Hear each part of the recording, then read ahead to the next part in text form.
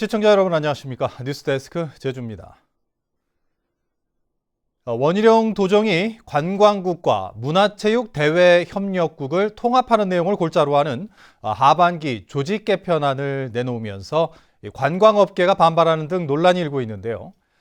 이번에는 도내 해녀와 어촌계도 해녀 전담부서 폐지를 놓고 대규모 집회를 예고하며 반대에 나섰습니다. 김찬영 기자입니다. 2016년 유네스코 인류 무형문화유산에 등재된 제주 해녀. 제주도는 해녀를 양성하고 보존한다며 다음해 7월 해녀 문화유산과를 만들었습니다.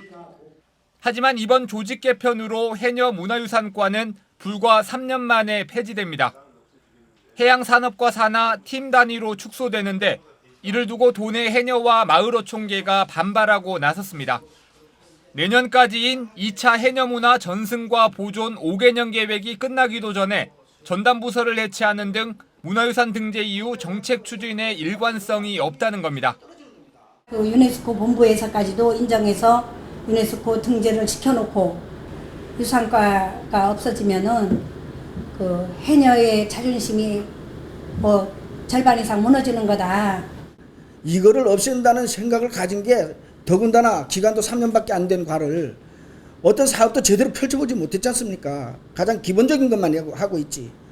제주도가 입법 예고한 조직 개편안은 문화체육과 관광국을 문화관광국으로, 해녀 문화유산과와 해양산업과를 해양해녀문학과로 통폐합하는 등 제주도와 행정시에 3개 국과 5개 과를 감축해 정원 24명을 줄인다는 계획. 제주도는 이번 개편이 코로나 위기를 극복하기 위한 조직 슬림화로 해녀 전담부서를 폐지하더라도 인력은 그대로 남아 업무 추진에 차질이 없다고 밝혔습니다. 그러니까 사급 일명만 줄지 실제 그 기능이라든가 그 하는 업무는 그대로 남아 있는 겁니다. 거기에 뭐 인원이 줄고 하게 되면 그런 부분들이 조직이 축소됐거나 그렇게 할 수 있는데 그렇지 않다는 말씀입니다. 제주도는 이번 주까지 의견을 수렴해 다음 도의회 임시회에 동의안을 제출할 계획이지만 의회 안에서도 평가는 엇갈리는 상황. 제주 전 지역 어촌계와 해녀들은 오는 금요일 이곳 도청 앞에서 1,000명 이상이 모이는 대규모 집회를 예고하고 있어 조직 개편을 둘러싼 논란은 더욱 커질 것으로 보입니다. MBC 뉴스 김찬년입니다. 100명 넘는 주민이 원탁회의를 통해 마을 발전 사업을 결정할 수 있도록 하는 내용의 조례안 발의를 놓고 논란이 일고 있는데요. 기존 자치위원회와 역할이 중복돼 지역사회 갈등을 부를 수 있다며 비난 여론이 거세지고 있습니다. 박성동 기자입니다. 읍면동 주민자치위원회와 시민단체들이 읍면 지역 발전을 위한 원탁회의 구성 조례안의 재정 중단을 촉구하기 위해 도의회 앞에 모였습니다. 제주도의회가 제주도 읍면동 발전계획 조례를 읍면 지역 원탁회의 운영 조례로 바꿔 수정 가결한 지 닷새 만입니다. 원탁회의가 기존 주민자치위원회와 역할이 중복돼 갈등이 생길 수 있고 특정 집단이 회의를 독점하면 풀뿌리 민주주의도 흔들릴 수 있다는 겁니다. 이들은 특히 제주도가 원탁회의 경비를 지원하고 사업 위탁도 할 수 있는 탓에 관치 행정이 우려된다며 반대 의견을 밝혔지만 조례가 이름만 바뀐 채 상임위를 졸속으로 통과했다고 비판했습니다. 주민 대표성이라든지 여러 가지 면에서 상당히 문제가 있는 새로운 어떤 시스템을 만들어서 새로운 조직을 만들어서 지역사회의 갈등을 일으키고 또 주민자치를 후퇴시킨다는 점에 후퇴시키는 이런 조례안이 추진되고 있다는 것이 몹시 아쉽습니다. 이에 대해 도의회는 회의 독점을 막기 위해 공동대표 조항을 넣고 결과는 주민자치위원회 심의를 거치도록 보완했다고 설명했습니다. 또 기존 주민자치위원도 원탁회의에 참여할 수 있어 지역 갈등 유발은 지나친 우려라고 해명했습니다. 이건 집행기관이 아닙니다. 여러 명이 모여서 우리가 스스로 이 일을 해보자. 이거는 우리만 가지고서는 안 되고 행정의 도움이 필요하다. 그럼 건의하잖아요. 그러면 주민자치위원회에서 심의를 합니다. 그래서 주민자치위원회가 결정하도록 돼 있어요. 하지만 원탁회의 결과에 주민자치위원회의 심의가 구속력이 없는 등 기구 사이의 권한이 정리되지 않아 논란이 이어질 것으로 보이는 가운데 조례안이 본회의를 통과할 수 있을지 관심이 쏠리고 있습니다. MBC 뉴스 박성동입니다. 도의원이 숙취로 행정 질의를 포기해 논란이 일고 있습니다. 제주도의회 예산결산위원회 회의에서 더불어민주당 현기로 의원은 제주를 방문한 강원도의회 의원들과의 술자리로 술을 마셨다면서 취중에 질의하면 예의가 아니라며 질의를 생략하고 다음 의원에게 넘겼습니다.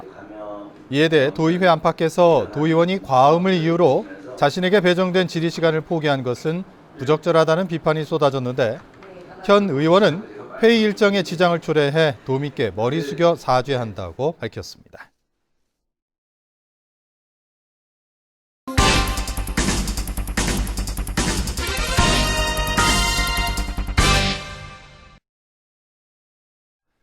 제주 영어교육도시 2단계 개발 사업으로 멸종 위기 식물이 서식하는 곶자왈이 사라질 위기에 처했다는 소식 전해드렸는데요. 문제는 이뿐만이 아닙니다. 곶자왈이 사라지면 지하수가 고갈될 것이라는 우려도 높아지고 있습니다. 조인호 기자입니다. 영어교육도시 2단계 개발 사업이 추진되는 울창한 숲. 용암이 쪼개진 돌틈 사이로 난대식물이 자라는 제주 최대 규모의 곶자왈 지대입니다. 바닥에 깔려있는 돌틈을 들춰보니 곳곳에 빗물이 땅속으로 스며드는 숨골이 흩어져 있습니다. 이제 암석이 요철정으로 쌓여 있다 보니까 이런 공국들이 생기는 거예요. 실제 이런 공국으로 인해서 비가 오면 대부분 지하로 투수되는 그런 구조를 갖고 있는 게 곶자왈이죠. 곶자왈은 이처럼 화산암으로 이루어져 빗물이 잘 스며드는 지형인데요. 개발로 화산암을 걷어내면 빗물도 땅속으로 스며들 수 없게 됩니다. 특히 이곳은 제주도가 최근 지하수 개발을 제한하겠다며 지정한 중산간 지하수 자원 특별관리구역과도 불과 4km 떨어진 곳입니다. 영어교육도시 인근 마을에서는 이미 지하수가 고갈되는 조짐이 나타나고 있습니다. 조금만 가물어도 농업용수가 부족해 다른 마을에서 지하수 관정을 연결해 물을 끌어다 쓰고 있는 형편입니다. 오래된 농업용 관정들에서는 더 이상 지하수가 솟아나오지 않다 보니 폐쇄되는 관정들까지 속출하고 있습니다. 예전에는 가문 쪽에도 8, 9월 달에 어쨌든 그 밭에 물을 많이 줄 시기에도 이상이 없었는데 한 3년 전부터 지금 공공관정도 아예 물이 없어서 안 올라오고. 영어교육도시가 들어선 대정읍의 지하수 개발 허가량은 이미 적정 이용량의 2.5배로 늘었습니다. 지하수 사용량은 갈수록 늘어나는데 빗물이 스며드는 곶자왈은 사라지면서 땅속의 지하수까지 말라버릴 것이라는 경고가 나오고 있습니다. MBC 뉴스 조인호입니다. 제주공항에서 한 10대 청소년이 준 항공권과 신분증으로 비행기를 타는 일이 벌어졌습니다.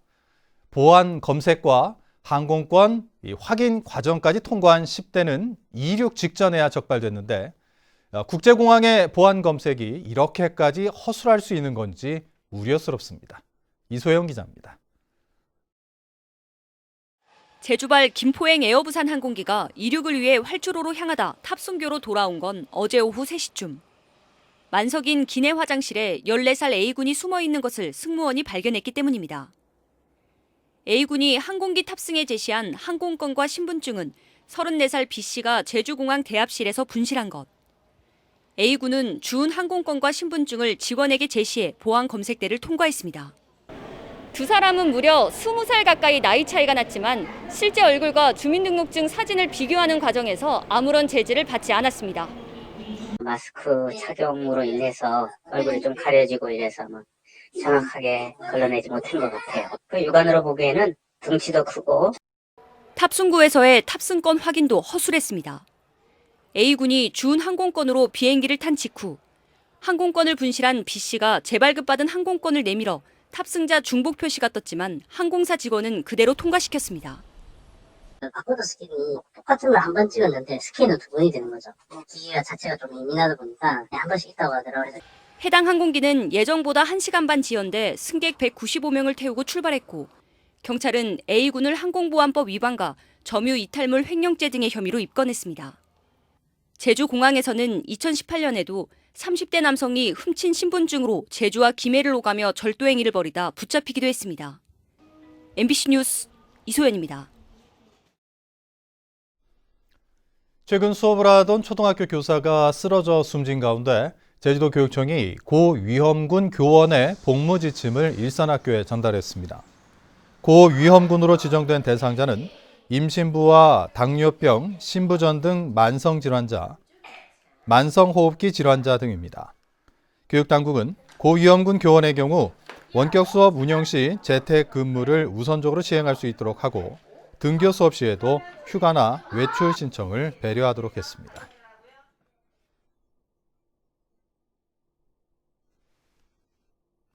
이상으로 뉴스데스크 제주를 마칩니다. 고맙습니다.